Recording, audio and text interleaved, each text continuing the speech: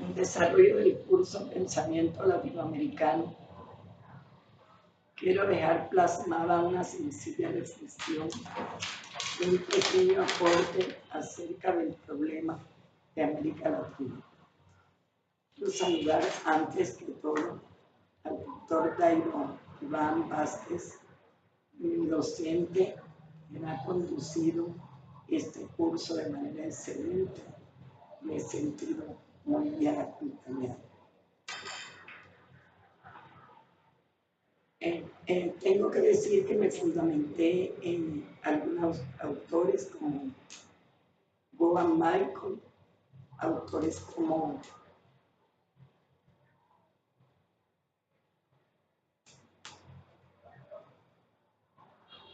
Mujica y otros, los cuales me condujeron a pensar lo siguiente. En primer lugar, al hablar de América Latina, debemos remontarnos a 1860, cuando surge como propuesta alternativa, inicialmente acuñada por los franceses por el dominio europeo y luego por el dominio de los Estados Unidos, al cual pertenecemos hasta los actuales momentos. En segundo lugar, y ya profundizando en la problemática de América Latina, vemos que es un continente de contrastes. Pues en la radiografía que presentan ante nuestros ojos los estudiosos, palpamos un continente empobrecido, un continente saqueado y desmedrado, desde que fuimos invadidos por los españoles, en el cual se cometió el más grande genocidio de la historia, del cual aún nuestros aborígenes, habitantes nativos, no se han podido recuperar, porque de ser dueños del territorio pasaron a ser esclavos. Pero la historia nos muestra que el saqueo ancestral nos ha marcado tanto que no hemos podido borrar ese pasado colonial, y que es la principal causa del atraso en el que nos tiene sumidos el capitalismo salvaje. Pues la mayoría de las poblaciones de América Latina quedamos en la miseria y corremos la misma suerte. Por otro lado, cuando hablamos de corrupción en América Latina, nos referimos al flagelo más grande que tiene esta región. Y surge entonces una pregunta que fundamentamos en Mujica. ¿Será que estamos condenados en América Latina a sufrir las consecuencias de ese flagelo de la corrupción? En efecto, respondemos, América Latina es sinónimo de triunfo. En América Latina, el dinero es el que tiene el valor. El que tiene el dinero es el que es considerado. Y el que tiene el dinero, el que creemos tiene comprada la felicidad. Me surgen entonces estos interrogantes. Sí, está la corrupción, está el dinero, pero ¿a qué precio se ha logrado ese dinero? ¿Cuántos valores han quedado empeñados para acumular ese dinero que da poder y da felicidad? ¿Se podría hacer algo para cambiar esa realidad? A estos interrogantes que me hago, respondo con base en todo lo estudiado, en todo lo leído que me causa estupor, me causa dolor. Latinoamérica es una región con mucho potencial, pero todo ese potencial económico, humano, ese potencial medioambiental, ese potencial cultural que tenemos, se ve empeñado por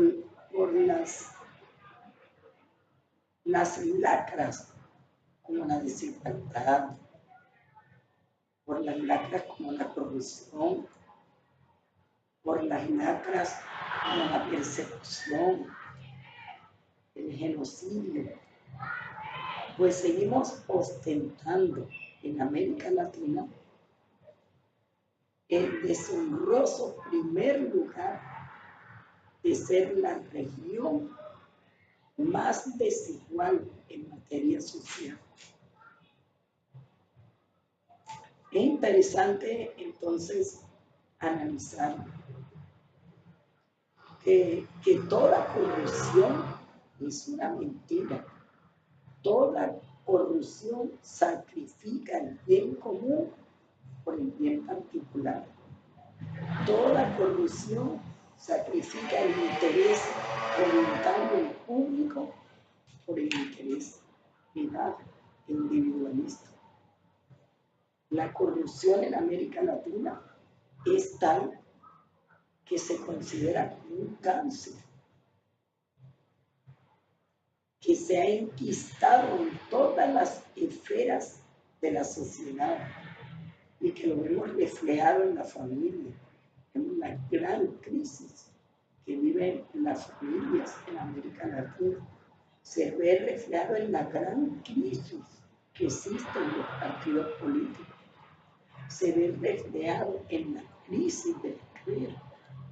Se ve reflejado en la crisis de la democracia. Se ve reflejado en la impunidad rampante y con ella en la falta de credibilidad de la comunidad, de la sociedad, hacia las instituciones, hacia sus gobernantes.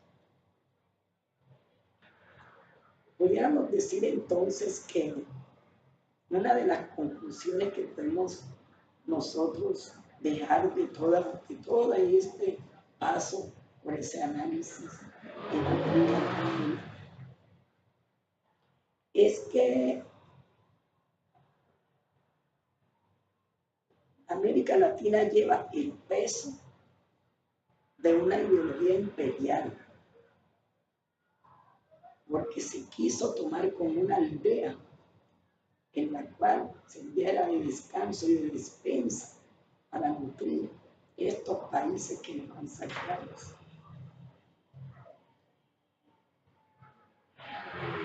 Como entidad geopolítica, América Latina debe idearse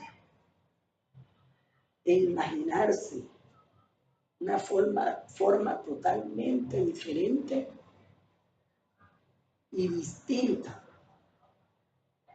de hacer política, de gobernar. Una entidad totalmente diferente que trabaje la descolonización. No podemos seguir siendo una colonia. Debe haber en ella unos procesos de descolonización tan grandes y tan democráticos que se propicie el bien para tanta gente que ha sufrido, tanta gente sufrida que tenemos en estos países. No es solamente Colombia, sino que son todos los países, la mayoría de los países de América Latina. Y desde cuándo llegó esta crisis a América Latina, desde cuándo llegó esta corrupción a América Latina, desde cuando vino la mal llamada conquista, porque nosotros éramos unas sociedades, qué sociedades tan avanzadas que la historia nos las ha mostrado. Otra conclusión es que nosotros como latinoamericanos tenemos las herramientas que nos permitan salir adelante de ese flagelo que nos dejó la conquista, de ese flagelo colonialista, de marginalidad y de corrupción, de ese atraso y de esa exclusión social a la que hemos sido sometidos durante siglos. Podemos salir de esa marginalidad y podemos salir adelante.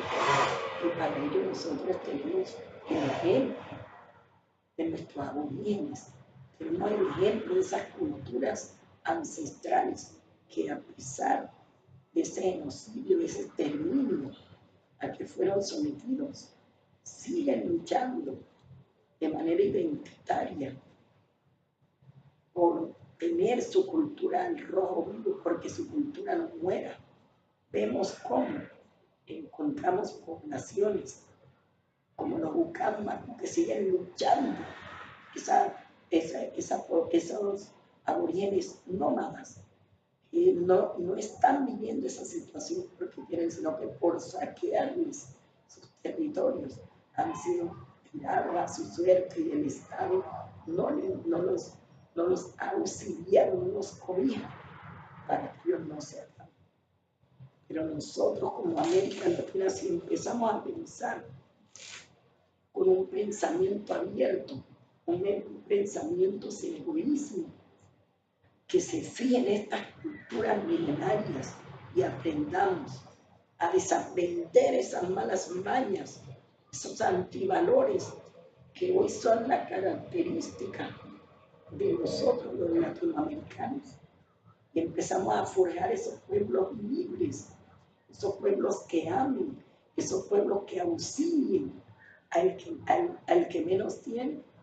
Nosotros logramos salir de ese atraso y de ese colonialismo en el que todavía nos sentimos.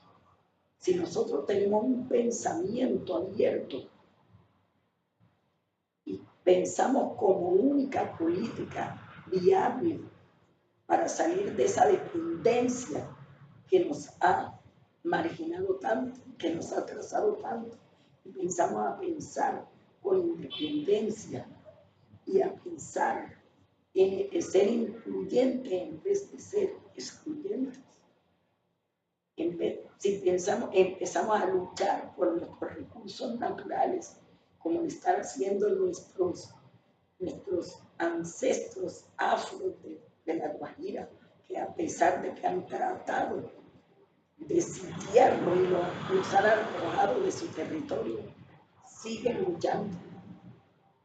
Los tratan de bárbaros hostos porque han luchado en contra de ese gran pulpo que se ha apoderado de sus riquezas naturales, del carbón, de su agua, han terminado la vegetación, y eso los ha llevado a morir de hambre, a morir asfixiados, a morir de enfermedades respiratorias. Si nosotros nos unimos y pensamos en que hay que hacer convivencia social con esta gente sufrida, somos capaces de salir de la marginalidad. Por último, si retomamos y pensamos desde la región asumir como política decolonialista una postura ética, una postura política frente a los atropellos del capitalismo neoliberal, asumiendo la descolonización como una tarea permanente, como una lucha constante, consultando los intereses de las culturas locales y a no acatar las imposiciones del Fondo Monetario Internacional, a no acatar las imposiciones de que quienes nos han arrasado con el pensamiento eurocentrista, que no busca sino terminar nuestros recursos naturales, podemos llegar a ser libres, a dejar de ser colonia, y a volvernos en una región libre, en paz, una región conviviente, una región resiliente, que una toda esta cultura triétnica, que es lo más grande que tenemos, todos nuestros recursos, defendamos y lleguemos a ser la mejor región del mundo. Tenemos con qué llegar a ser si nosotros nos libramos de ese pensamiento colonialista que también se nos enquistó, de ese cáncer de la corrupción que nos ha perseguido por tantos siglos. Muchas gracias por esta oportunidad.